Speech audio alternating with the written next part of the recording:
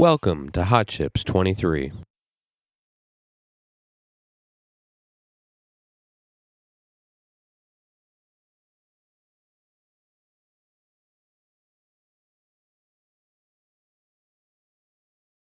Session 4, DSP.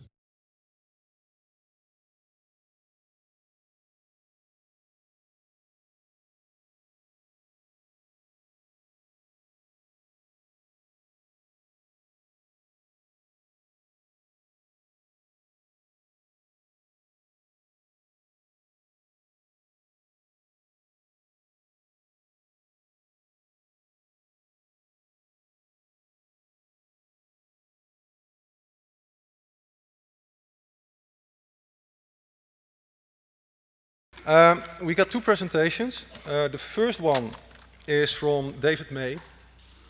David graduated from Cambridge University, and that's in the UK. He's got about 40 granted patents on his name, and in 1979 he joined a company called Inmos, where they were building transputers. I remember programming those a long time ago when I was at university, and David was actually the architect of the Inmos transputer, and he was the designer of the Occam concurrent programming language. In 2005, he was the co-founder of XMOS and currently acts as the CTO. He's also a professor of computer science at Bristol University in the UK. David will talk about the XMOS architecture XS1 chips. David? Thank you.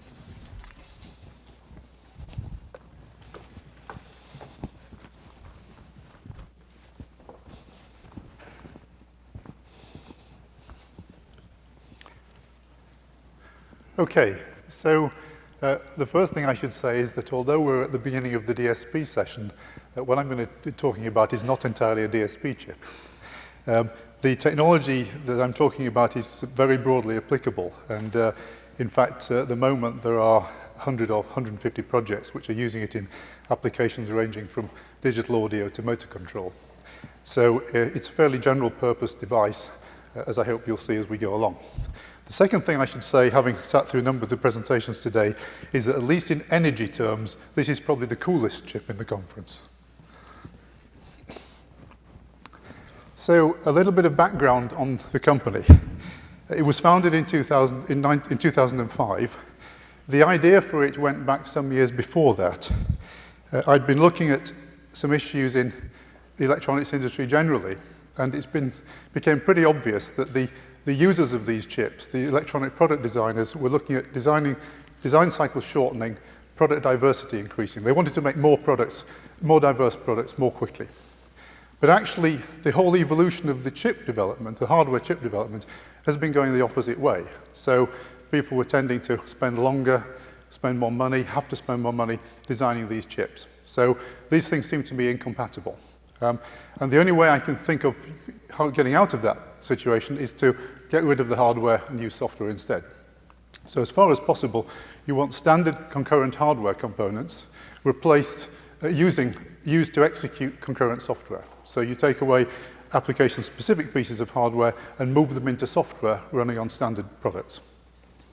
So the standard hardware exploits the economies of scale as usual, and software supports all these things like short design cycles, reuse, diversity, even open source. We've been spectacularly bad at delivering open source hardware, but if you move most of the hardware functions into software, you've got a reasonable chance of doing that. So the question is, how do you deliver this? And my solution to this, and the thing that XMOS has pursued, is an architecture for concurrent processing components. Hardware is concurrent, so if you want to replace it, then you're going to have to do concurrent software. That is put together with a set of processors. They're multi-threaded processors, as you'll see, and they're connected together by links and switches. The cores interface directly to the external world via integrated ports. These are connected to the pins on the device, which enables them to actually be programmed to emulate hardware functions. And they're quite unusual because the design has been done in such a way that the execution is deterministic and the timing of the interfaces is deterministic, so we can actually write software that replicates the functionality that you would see of a hardware device. You can take the data sheet of the device, look at the edges of the clock signals, the data signals, and replicate that function writing software. And that's enabled us to develop a set of initial products that are optimized for embedded real-time applications. Hence my comment about many of them being used in digital audio, motor control, and so on. They fit well there. The idea of this architecture is, of course, to be able to build the system in whatever way makes economic and practical physical sense. We can build chips which have many cores on. We can integrate the chips in packages, or our customers can integrate the system on boards. And no matter how the system is built, it should all be easily programmable as a single system. So here's the kind of thing we can do. Along the top line there, you can see individual cores connected via these links and switches into another device, which is actually a 4-core device with its switch. In many cases, the most efficient way to build multi-cores is this kind of architecture, with the switch in the center providing very high bandwidth across all of the 4 cores. In other cases, you're happy to put a switch per core and link things north, south, east, west, maybe on a module, maybe even on a piece of silicon. So the point is you should be able to choose the mode of integration to suit the application and the technology. I mean, I guess in the future, we'll probably find ourselves making multi-core chips in whatever is the economic size to do it, and then packaging them to create the systems of whatever size you need. I mean, the DRAM people do this already. They always make chips that are about 60 square millimeters and then stack them up vertically or horizontally to make the size of device you actually need. Now, I should say a little bit about programming, because people argue at length about issues, difficulties of concurrent programming and how it should be done. I've essentially borrowed technology I'm familiar with from many years back. Some of you will know all about communicating sequential processes. Some of you may even have come across my previous programming language, Occam. And what we're doing here is providing deterministic concurrent programming. By that I mean we don't allow simultaneous writes, concurrent writes to shared data. That removes one source of non-determinism. We also provide synchronized message communication that removes another source of non-determinism. So essentially, the program will behave the same way given the same stimuli. On top of that, we've been able to integrate real-time programming into this framework and input-output programming in such a way that the thing is temporally deterministic. We know that the program will deliver the right answer at the right time. And that's a fairly unusual property, which certainly we didn't do in my previous efforts. So my claim is this is simple to program. It's programmed using message passing. There are no race conditions or none of the things that normally trip up people doing shared memory programming. We compile the programs directly to the cores. There's no kernel, no real-time operating system, no tax. The program just runs straight on the instruction set, and you'll see some examples in a minute. And the real-time performance is guaranteed by the tools and the architecture in combination. So once you've actually developed the program, you run the timing analyzers and things, and it will confirm the fact that the program will meet the deadlines, then it will do it, and it will do it repeatedly.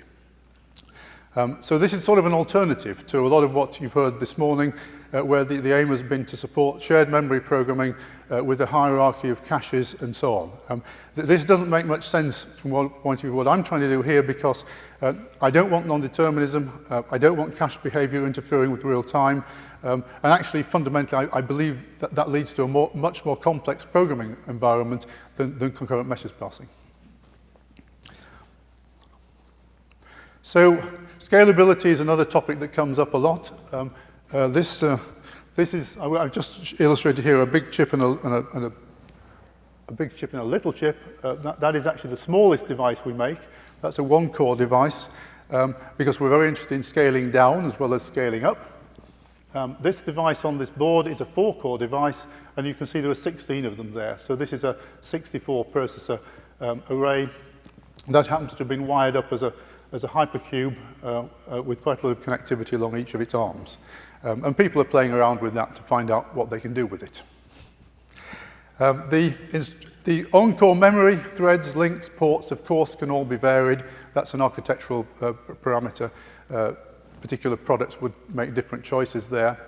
The instruction set design has been done so that it can support different word lengths without changing the instruction set, and it has plenty of space for new instructions for if one wants to add application-specific support. It uses a switch-based interconnect which scales throughput easily, and in particular that allows the processing, communication and the event handling all to scale with the number of cores. I mentioned the third one, the event handling, because very few of these systems will actually achieve that. In order to be able to handle lots and lots of events, you have to have lots and lots of processors waiting to handle them. And they have to be able to act independently of each other and not interfere with each other. And I would envisage actually anything from 1 to hundreds of cores per chip with this kind of architecture. So a little bit of detail about the way this is all done. I mean, I said there was no real-time operating system. Actually, in a sense, there is. The real-time operating system is built into the hardware. So each of the cores has hardware resources which provide all of the support for the concurrent programming. So it has a set of registers for each thread. It has a scheduler that dynamically selects them, which one to execute. It has a set of synchronizers which provide barrier synchronization without the use of memory. It has a set of channels for communication between threads, again within the hardware without the use of memory. It has a set of ports used for input and output, that time-based input and output to the pins. And it has a set of timers to control real-time execution. That's all built into the hardware. It has a single memory, a unified memory for code and data that's shared between the threads in the core. And the effect of this is that the threads can be used for conventional things like hiding latency, but more interestingly, they're used to implement hardware functions, such as DMA controllers. We don't bother with DMA controllers because we don't need them. We have a better way of doing it, and specialized interfaces. So there's a picture of the core. The sets of thread registers up here, the main pipeline here, the memory over here, and then all of these hardware resources, effectively the real-time operating system and stuff, all over here. So ports connecting to the outside world, the pins, synchronizers providing the barrier synchronization, timers to do the real time, and channels to connect the core into the switch, which then goes off through the network to the other cores. And so if you wanted to provide the function of a DMA controller, for example, you would write a program using one of these threads that transfers data from the memory maybe to one of the ports or to one of the channels. Okay.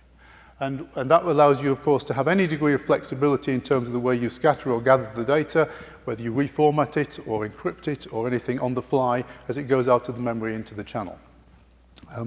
And as I said, many of these things, because they're in hardware, channel communication goes straight from one thread register to another one, and it doesn't involve going through the memory. An important characteristic of this device, because essentially we're trying to keep the latency of communication and I/O as low as possible. I have to say a little bit about instruction sets. I should almost apologize for inventing yet another instruction set, but there was a good reason for doing it. I was particularly concerned to make sure that I had a dense instruction set that would represent programs compactly, and I actually had to find space within the 16-bit instruction to be able to put all of these scheduling and resource control instructions in. I struggled a bit trying to find a way of doing this within the 16-bit instruction, and then had an insight that because I only really needed about 12 general-purpose registers, I could encode 3 operands in only 11 bits because of this characteristic up here, which gave me enough opcode bits to encode the rest. And as I've done before in the past, I've used prefix instructions to extend the range of the instruction set. So there's a rather busy diagram. Most of these are 3-operand instructions for arithmetic. We've got the usual thing with a function call with a fairly long offset to give a good range on function calling. We've got a register plus offset format, which actually is used, in addition to branches, it's used for stack up and data region access, so you can access the top 64 elements of the stack. And that makes the machine pretty easy to use for a compiler. Our software tools are all built on LLVM, and this was retargeted in a month or two to attack this part of the instruction set. And then we have left space for this format here, which are 2, 1, or 0 operand instructions, and those are used to encode nearly all of the inputs, outputs, synchronization instructions, and so on. So we can get a very compact representation of the concurrent parts of the program and the communications, as well as the conventional parts. And then we've got the prefixing, which allows these 6-bit or 10-bit immediates to be extended by an extra 10 bits. So you get a 32-bit format that will reach rather a long way. 20 bits worth of address in function calls and 16 in branches and offsets. And then the space for the additional instructions is provided down here, where we've added a prefix which actually brings along an additional 3 operands. So we can encode here instructions with up to 6 operands. And we use 1 or 2 of those for DSP functions and cryptography at the moment. And we may add some more later. The thread scheduler maintains runnable threads, and we take things in and out of that run set. A thread which is waiting to synchronize, to perform input or output, or waiting for a timer, is taken out of that set and will then not have any instructions put down the pipeline. And obviously an important result of that is that there is a well-defined situation in which the core is doing nothing, because all of its threads are waiting. And at that point, you can power it down, or it can power itself down. And that's what I've called event-driven processing. And this strikes me as quite an important issue, because we're all concerned these days about energy saving. In many systems, I think, in the future, will have the property that they need a lot of computing performance, but only occasionally. And the obvious way of doing that is to write the software in this event-driven manner. And then when an event occurs, the processor will power up. It may send some more messages and power more cores up. The whole system will fire up, do a lot of work, and then go back to sleep again and quiesce. There's a picture, another bright colored picture of what's happening here. So we've got the core maintaining its list of threads. Some of them are in use, some of them aren't. Some of them are waiting, some of them aren't. And you can see that corresponding to that, we've got instructions going through the pipeline from the threads which are in use and are not waiting. Okay, so there they are. And of course, the situation in which all of the in-use threads are waiting is the one in which we power the device down.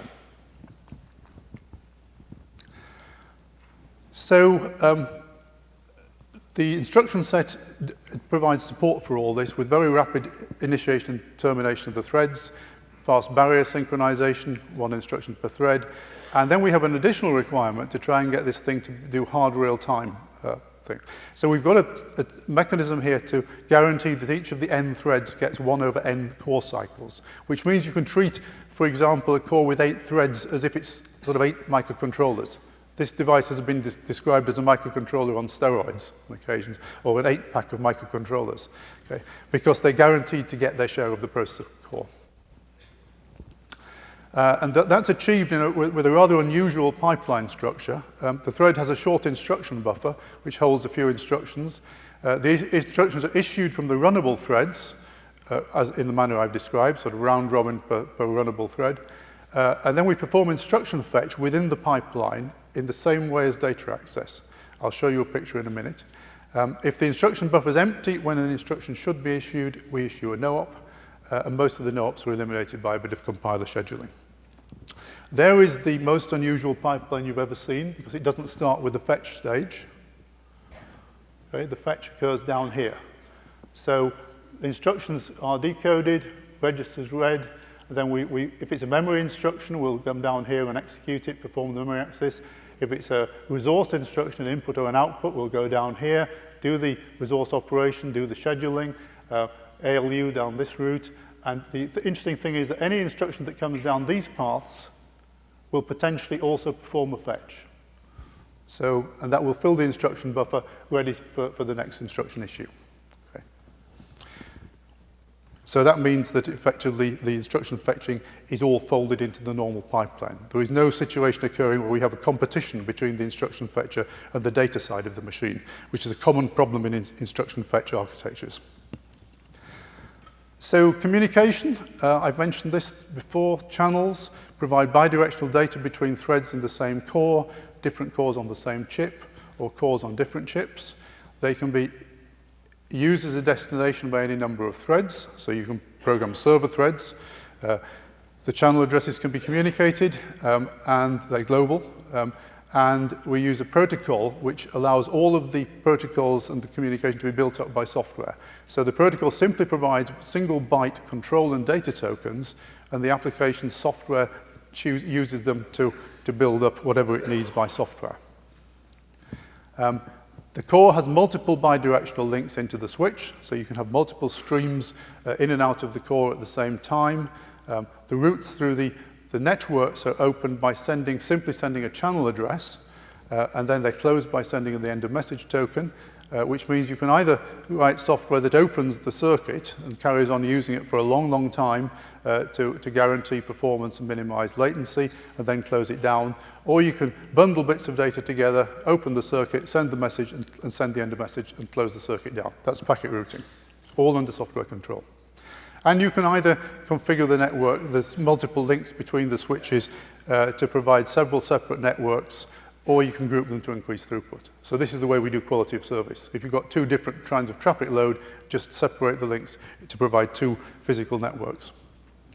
There's yet another picture as to how all this works. You can see here on core 16, we've got some channels connected to back-to-back. So this is for two threads communicating on the same core. Here we've got some others which are connected between core 16 and core 18. So the addresses in here are the number of the core and the number of the channel within the core. So this one's pointing at channel 2 in core 18, and that one points back again. So that's how the channels are established, and obviously the data will be routed on the basis of this information through the switches. And there's an example of some data being routed.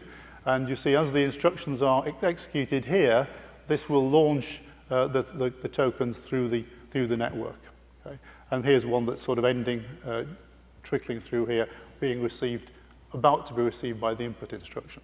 So there's a very tight coupling between the instruction execution and the data appearing through the links and switches. Okay? We've none of the issues of actually having to write data into memory, send a message to a DMA controller, and wait for it to interrupt us back again. This is happening instruction by instruction.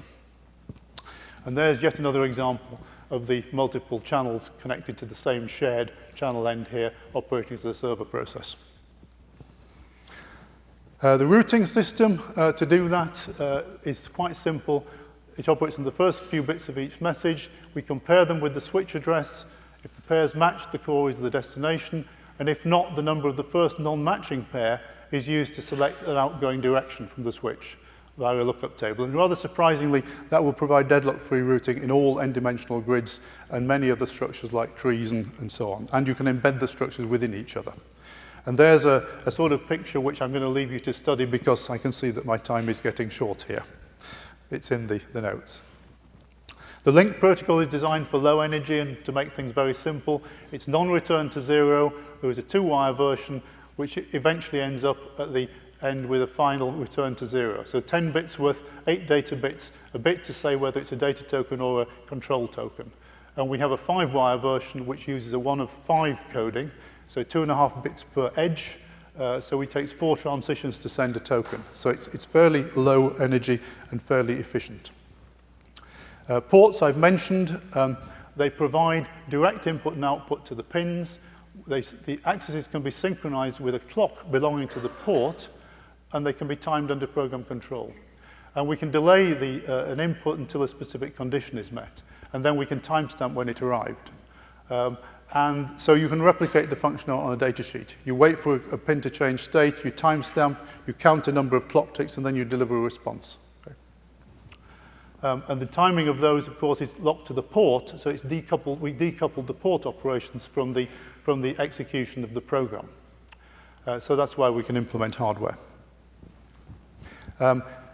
We allow a thread to operate receive events from multiple sources, and that's done by a thing that looks almost like an interrupt handling mechanism, except that it's much more efficient. The reason is that, of course, with a thread sitting waiting for something to happen, all of the data and the state is ready to go. So when one of the events actually fires off, it will immediately pick up the data that's needed and make an instant response. There's a picture of a typical setup here. We've initialized a number of resources here using the code here, setting up vectors to jump to, enabling events, and then we do a wait, and then at some point later, one of these will fire off, jump here, execute 1 or 2 instructions, then wait again. Okay? So you can see that it only takes us potentially 3 or 4 instructions to do something. It may take more to do something very useful. And there's an example, an application fairly topical. This is Ethernet AV. So this is the standard for routing audio and other things over Ethernet. It relies on a time alignment protocol, which requires timestamping at the MAC layer. So this is a software implementation of an Ethernet MAC feeding into the time alignment protocol. These are all implemented by threads, all these round blobs of threads. It's all software, so it's a software implementation of the MAC. We've got the packet analyzer, then we've got clock generation and recovery, delivery of the audio through the I2S to the stereo DAC. Okay? And all of this stuff, these are ports, these are threads, it's all software. And on top of that, of course, we've also got stuff being delivered off to a screen. Okay? This is for one of these terminals that you get on the back of an aeroplane seat or on the back of a train or something. So being implemented in Ethernet. The customers generally are in audio control, motor control, quite a lot of interesting robotics where there's a wonderful fit of this kind of architecture because you end up trying to handle multiple simultaneous actuators and sensors, okay, all networked together. Now, there we are. So there is the first chip we made. That's a 4-core device running at 400 megahertz, 32 threads in total. 400 million events per second, that's a fairly unusual characteristic. That's because of this ability to do very fast event handling in connection with the ports and the channels. A switch which actually provides 16 external links and plenty of ports and so on, and it's less than $10 in volume. And that's the little baby that I showed you the original version of back on the earlier slide. That's slightly faster, it's on a 65 nanometer node. Apart from that, it's very similar to the cores that are used in the 4-core version that I've just shown. So again, because it's a bit faster, it can do slightly more events per second and slightly more MIPS per second. It's a shame these days that the pictures look more like this than the sort of nice regular things they used to do. But as you can see, there's the switch down there. I think there's some phase lock loop stuff here. There's the memory there. And then there's this splat of synthesized stuff that corresponds to the core and the ports and everything. And I think that's the end, and I'm about to run out of time.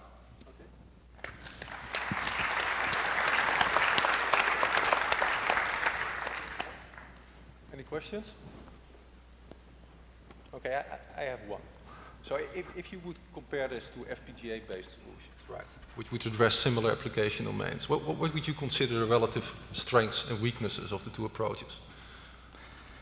We tend to find that the real strength of this architecture is that it can span the kind of things that are done in processors.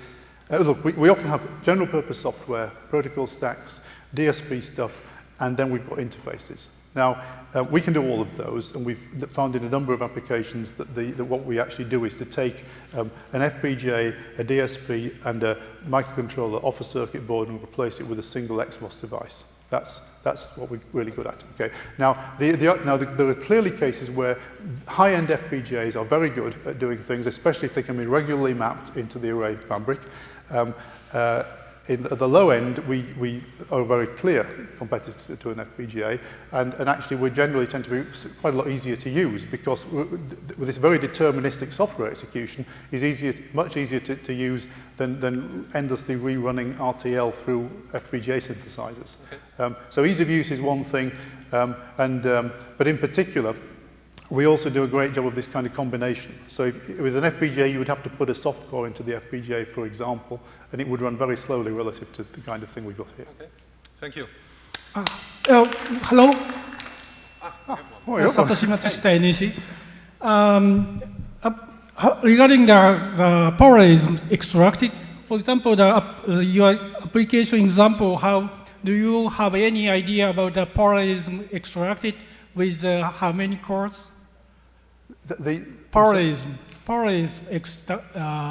you can achieve. How many speed up with how many cores? How much speed up? Yeah, speed up. Well, the amount of speed up you'll get will depend a lot on what the on the programming. I mean, there have been experiments done with that 64 processor device, which shows some pretty good speed up, but I wouldn't claim that we've done a lot of work in the sort of parallel computing area as such. Most of these applications that we're looking at are ones which are, in a sense, they're naturally parallel. I mean, the example I showed you is, I mean, we've got four interfaces that all have to be controlled in parallel. We've got multiple things internally, like the DSP functions and so on, which again can be performed in parallel. David, this sounds like the start of a longer discussion. It could be a very long discussion. To take this offline and I move on to the next speaker. No problem. Yeah? Okay. No problem. Thank you.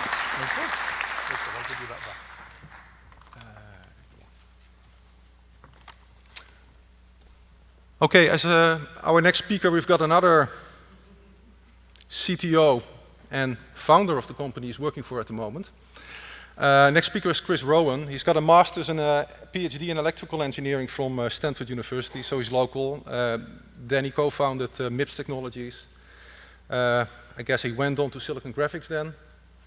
Also worked at Synopsys, and he founded Tensilica, currently acting as CTO, and he's the creator of the Extensa family of configurable processors. And I guess this presentation is an example of one of those. Chris? Thank you very much. So, in a certain sense, this talk is a throwback to an old-fashioned way of looking at the computing problem. Because, in fact, there are some computing problems with a lot of inherent data parallelism.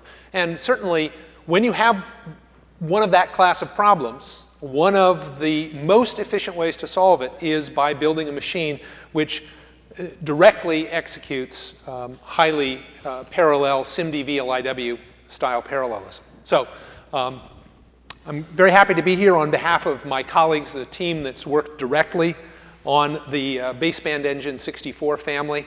This doesn't even touch on the much larger group of people behind them who've built the underlying infrastructure which have made this possible. I'm going to set the stage a little bit in giving the motivation for building this kind of machine, which is really directed towards advanced cellular baseband processing and similar problems at LTE Advanced, when you're talking about hundreds of millions to, say, 1 billion bit per second wireless communication. I'm going to talk a bit about the baseband engine 64, BBE 64 goals, instruction set, something about the hardware implementation, rather more about the software characteristics, and a little bit about what happened inside the development process. What are some of the internal metrics? What's happening inside the sausage factory? And finally talk about some of the tools for automation. So when we look at the evolution of cellular standards, there have been quite a number of different rival standards over the course of the last decade, vying for supremacy. And really, we have seen, in fact, consolidation of those. We have seen the rise and perhaps the fall of WiMAX. We have seen the CDMA 2000, that is sort of the Qualcomm proprietary standards, and then different pieces of the 2G, 3G, 3.5G evolution. And that has morphed into the LTE generation, OFDM-based, FFT-based algorithms. And it really appears that those will be the dominant new high-bandwidth cellular technologies. But they're very computationally complex, arguably 1,000 to 10,000 times the computational load of 2G, and certainly significantly higher compute levels than even the 3G protocols that are rolling out today. So it is this evolution, especially to LTE Advanced, which is another factor of 5 or more in computational complexity, even relative to LTE, which is just starting to appear in actual commercial use, that is one of the grand challenge problems for baseband signal processing. Now, the context in terms of product for Tensilica is this. We have, of course, been building configurable processors for more than a decade. And have seen those used very widely in signal processing applications, sometimes where our licensee, our customer, the chip builder, is configuring the processor, and sometimes where it is in fact one of our configurations that's used as the starting point. And so within that, we have seen dual MAC, quad MAC, 8 MAC, and actually very wide success with our 16 MAC baseband engine 16 processor, which also comes with a family of specialized cores that go around it. Because in fact, the computational pipeline for a transmitter and a receiver isn't just about doing complex number arithmetic, which is the bread and butter of baseband processing, but it's often bit-level processing or soft bit processing, byte-level processing, or very specialized forward error correction processing. And it would be rather foolish in an energy-sensitive world to say, well, let's build one kind of core that's going to be fast enough to do forward error correction with its very specialized tasks, and it's going to do bit-level processing, and it's going to do byte processing, and it's going to have all of the complex number arithmetic capabilities. And so it is clearly efficient, even in a fully programmable system, to go for a more heterogeneous system. But there still is a large part of the computation, and in fact a large part of the most rapidly changing, most subject to innovation piece of the computation, which is dominated by arithmetic. It multiplies, accumulates, and all of the things around it, typically in the complex number plane. And that is really the domain where we think of this baseband engine family and where the BBE 64 and its fat big brother, the BBE 64-128, which has actually got 128 high precision multiply accumulate per second, that is the subject of this talk. So what are the goals and philosophy of what we're trying to do here? Well, first of all, we're trying to build a world-leading DSP core. We want something that can arguably be the fastest DSP core yet, really aimed at spanning the range of uses from user equipment, or UE, and infrastructure, aka base stations or eNode B. And they computationally look a little bit different. It's an asymmetrical protocol. The infrastructure has a little bit more power budget, has much more complex algorithms. There's a lot more software there. We also want something that runs up to a gigahertz in pure synthesized 28 nanometer technology.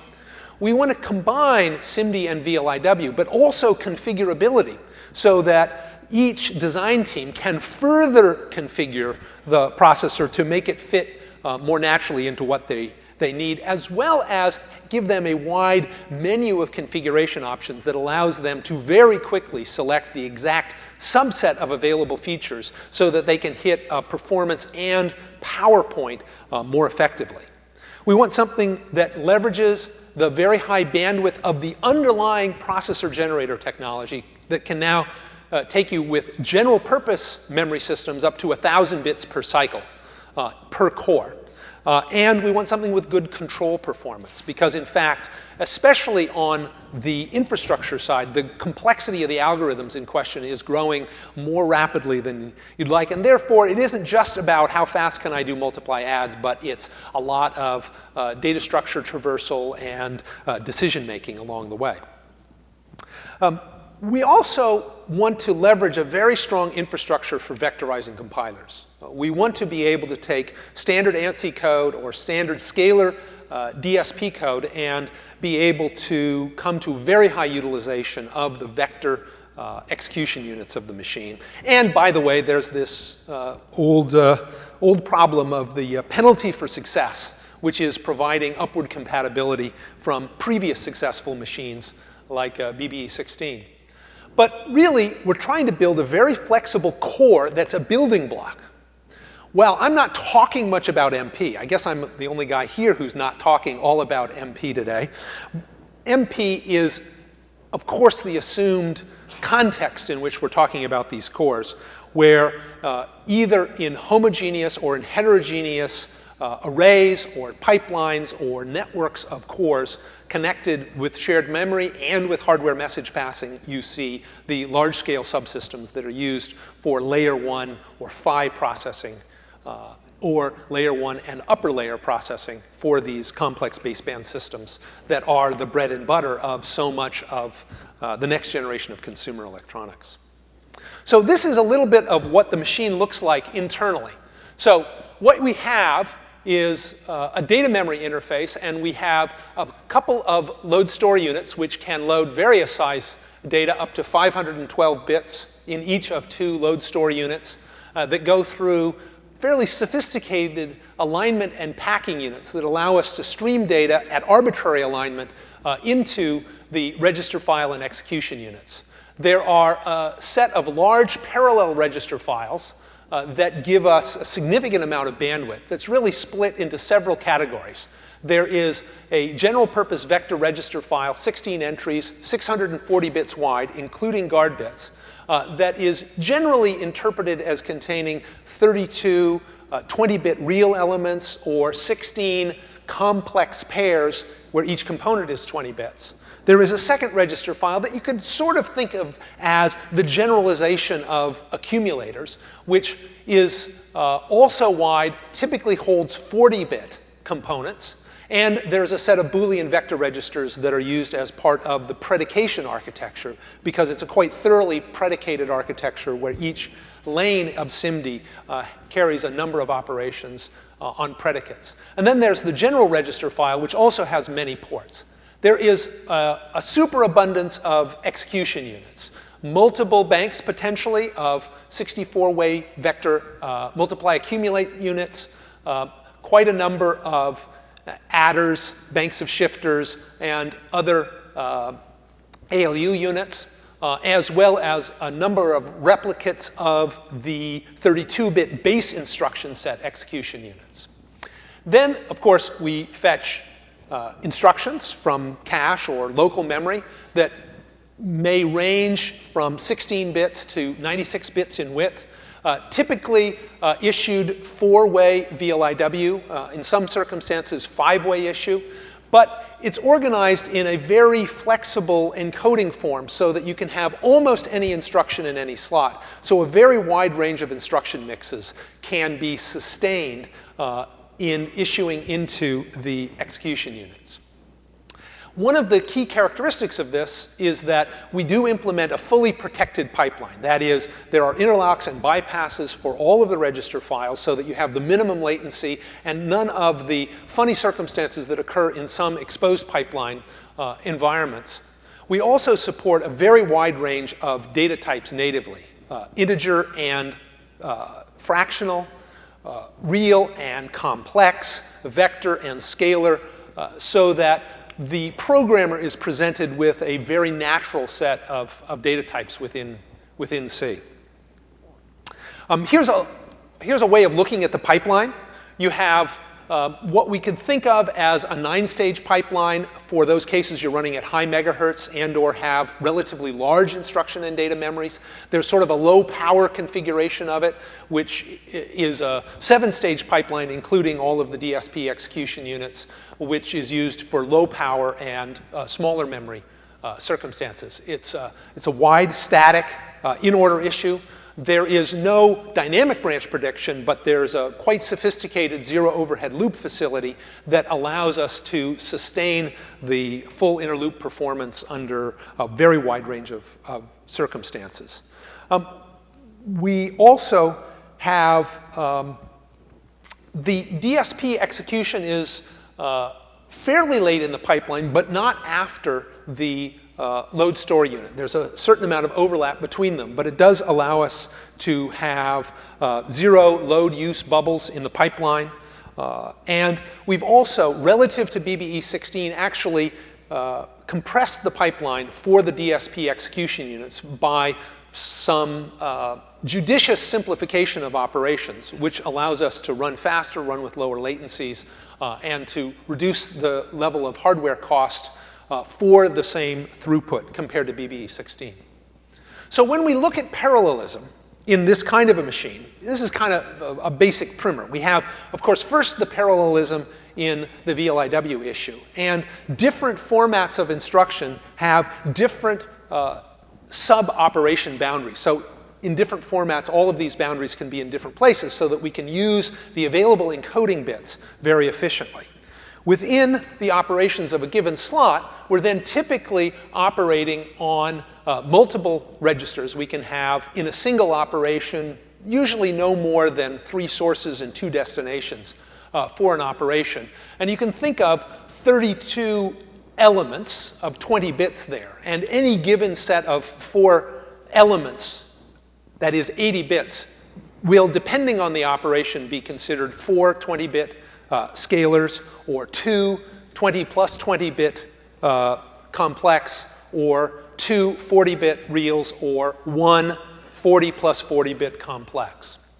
There are 2 18 by 18 multipliers per 20-bit element, which gives us the ability to do paired real multiplies or half of a complex multiply in each of the 20-bit positions, which gives us the ability to take advantage of 64 multipliers, and in the fat configuration, take advantage of 128 multipliers per cycle.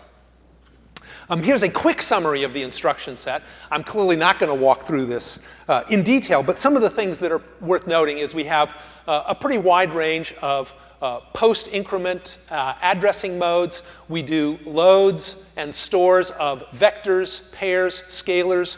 We have automatically aligning loads which take advantage of these alignment buffers explicitly.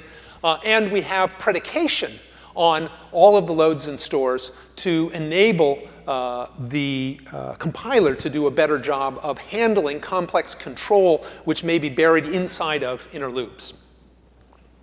We also have pretty rich ALU operations, including a wide range of operations that are predicated, complex and real operations, operations that do interesting things, especially in data reorganization. One of the grand challenges for this category of machine is how to do data marshalling, and we'll talk about that in just a moment. Here's a picture of the programmer's model. Here's the baseline programming model of the underlying extensive processor. And that underlying extensive processor is extremely small. You can build the minimal configuration of a 5-stage pipeline machine in about 8,000 gates. And so what we're doing is extending it rather dramatically and are providing a very rich set of vector resources to do this, including the general vector registers, what we call the wide vector registers, the alignment registers, and a set of Boolean vector registers that go with this. And to get performance, of course, out of this kind of a machine, you need lots of bandwidth of operands into the execution units. And this set of register files, in part because it's split, we don't need a huge number of ports per register file to get something like 12 terabits per second of register file bandwidth to feed the beast. And this is a little bit more of a detailed picture of how this split register file with the bypass network that allows us to have this very low latency operation of each of the execution units works across the different depth of execution units. Obviously, there are some short operations like adds and logical operations, and then there are deeper operations like multiply adds that each have their own combination of operands from the vector register file and the wide vector register file.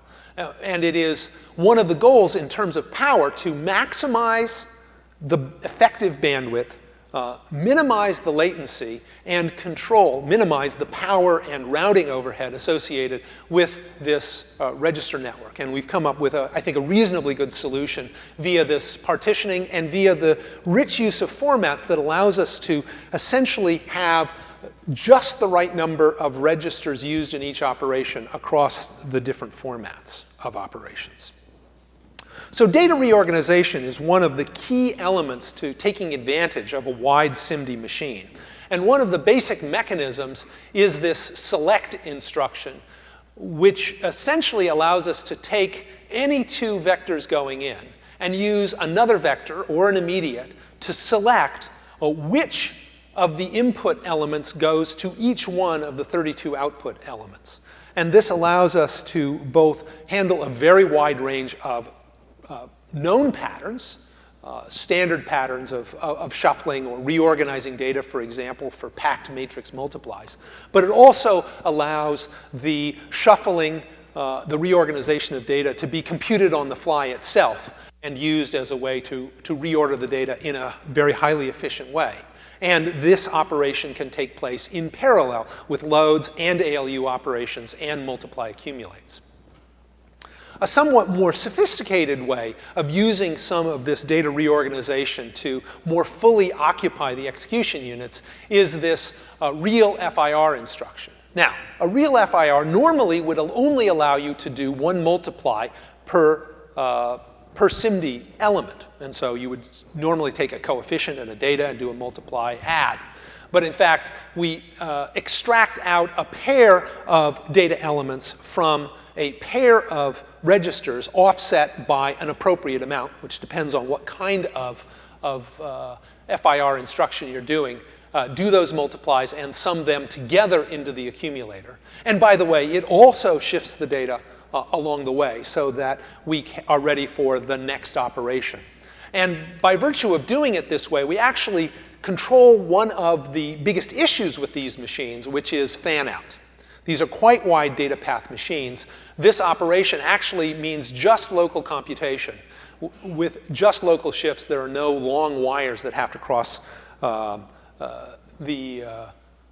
data path to do this. So, what do you spend the gates on when you build this kind of a machine? And here's a breakdown in terms of the gate count in different pieces of the machine. And lo and behold, you find quite a bit of area in those register files because they are essentially the muxing mechanism that under program control feeds operands into execution units. The multiply units are also quite big. There's a good bit of logic in load and store, including all of the alignment facilities there and in other data marshalling functions. Other things turn out to be really quite small. Having three-way issue on the base instruction set, which gives us then comfortably more than 3 core marks per megahertz, is practically free. It costs nothing. So you can get quite good control performance at almost zero cost here. And a lot of the other things, the logical operations, the support for predication, the packing operations are also very small. Here's a look at performance. This is performance on key kernels relative to BBE16, which is one of the fastest DSPs that's out there today.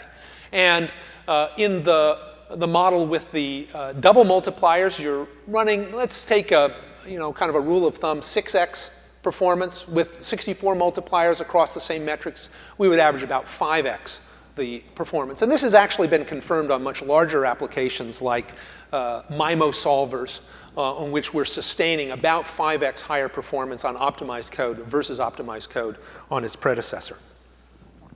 One of the important characteristics of being able to build this kind of machine and make it useful is providing a programming model that scales. And one of the key characteristics of this family of machines is that we want to generate not just BBE64, but BBE32, BBE16 plus, and other members of the family. And we want people to program in a way that's independent of the SIMD width, so they don't need to know the hardware vector length at all.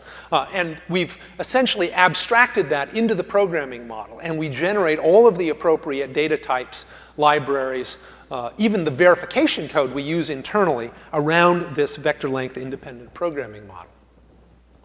We also care a lot about how does the performance really apply when you get to a real usage profile like LTE Advanced. And so if you say, well, gosh, I want to run 2x2 MIMO using 5 20 megahertz frequency bands, which is what you need to get into the 1 gigabit per second peak performance bandwidth.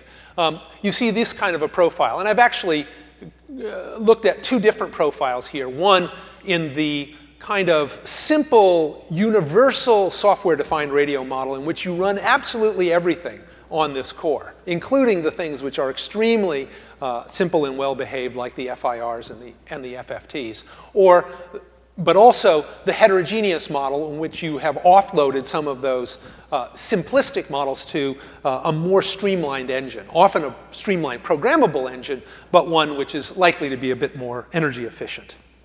And what you find is that even for LTE Advanced at a gigabit per second, you're talking about being able to sustain all of the computational performance that's required for a few hundred megahertz. A code example, yes, it's an eye chart, but it illustrates a couple of important things. One, you can write in very standard scalar C code, and the compiler will do the automatic vectorization and, in fact, all of the VLIW scheduling. This is for the 128 MAC version of the machine. And so in a typical cycle, you're seeing a load or a load in a store and two complex multiply adds, which are each doing 16 complex multiplies, which is the equivalent of 64 real scalar multiplies per slot, or 128 multiplies per cycle. Or even simpler example, using the length-independent, SIMD length-independent vector programming process, in which we're using some of these specialized data marshalling operations, this one for organizing matrix multiplies, and able to utilize slots with fair efficiency. This short loop is actually still load store bound, so we don't use every single slot. Now, finally, let's talk a little bit about how it got developed. This is the internal timeline of how this actually came about, because there are really two pieces of the technology. One is the underlying technology of LX4, which generates these processors, and the other is the development of the instruction set architecture and implementation. And the DSP development team was working on BBE 16 up until roughly the middle of 2010, when we started seriously studying the architecture, developing the ISA, and it has all come together really in the last 3 quarters, the hardcore development of it, such that we have been able to generate RTL, complete the programming model, and have now been able to put the complete kit into the hands of customers now so that they can start developing with it. We also care a lot about being able to scale the verification of this thing. And this is the internal timeline of actual results in terms of the number of available test suites and the number of passing test suites as we developed more tests and got to closure. This is about 1,400 test suites, each of which is some thousands of individual tests. Happily, we were adapting many of the tests from the BBE 16 infrastructure, so there was significant reuse that got us to a comfortable level of coverage of the architecture and the hardware pretty quickly. So to wrap up, just a little bit on LX4. The underlying technology gives us this ability to generate these processors starting from 8,000 gates, going up to the scale of this machine, which is, depending on configuration, north of 1 million gates of logic. It allows the designer, whether it's a customer or us, to configure just about everything about the memory system, the instruction set architecture, the instruction formats, even hardware message passing queues automatically. Yep. And it allows us to take advantage of the automatic generation of all of the models, the compilers, the hardware, and allowed us to generate a number of new tools that are specifically associated with developing such a complex instruction set architecture over a short period of time. So this is a DSP core which is now in the hands of its lead customers. And we were able to exploit, I think, processor automation very thoroughly for a quite complex machine. It's a very consciously scalable design so that in terms of feature sets and in terms of vector length, it will generate a wide range of things, not just generating the hardware, but libraries, compilers, debuggers, simulators, internal verification, even documentation comes out automatically. And it pushes the envelope because it is a large design. It has very wide data paths. It has a very rich programming model. And we think that we've successfully delivered on a quite fast machine that really serves the needs for this baseband domain. And I thank you very much. Thank you. Okay, considering the time, there's one question, that would be okay. I don't want to make it more than that. Go ahead. My name is Mujibur Rahman. I'm from Texas Instrument. Your floating point is IEEE compliant? Well, this particular version of the machine is a fixed point machine.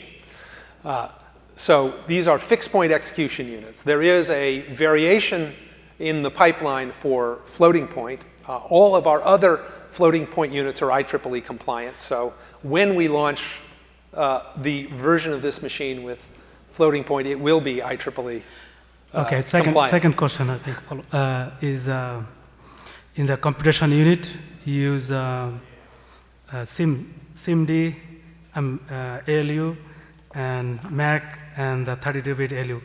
Did you see when your performance fall off? You know, how many of those you can have before it fall off the performance? Yeah, that's a big question, and the answer is always, well, it depends a lot on the application. In things like 4G wireless, there is really very long vectors at work, and the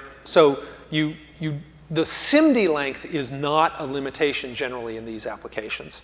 And while we can't always use every VLIW slot in every code, the utilization turns out to be pretty good, in part because of this any function in any slot, so that we can, when we're not doing multiple loads and stores, we're doing vector ALU or scalar ALU operations in those same slots. So we get pretty good utilization of the VLIW, so good utilization of the instruction issue bandwidth. Thank you. Sure. Thank you.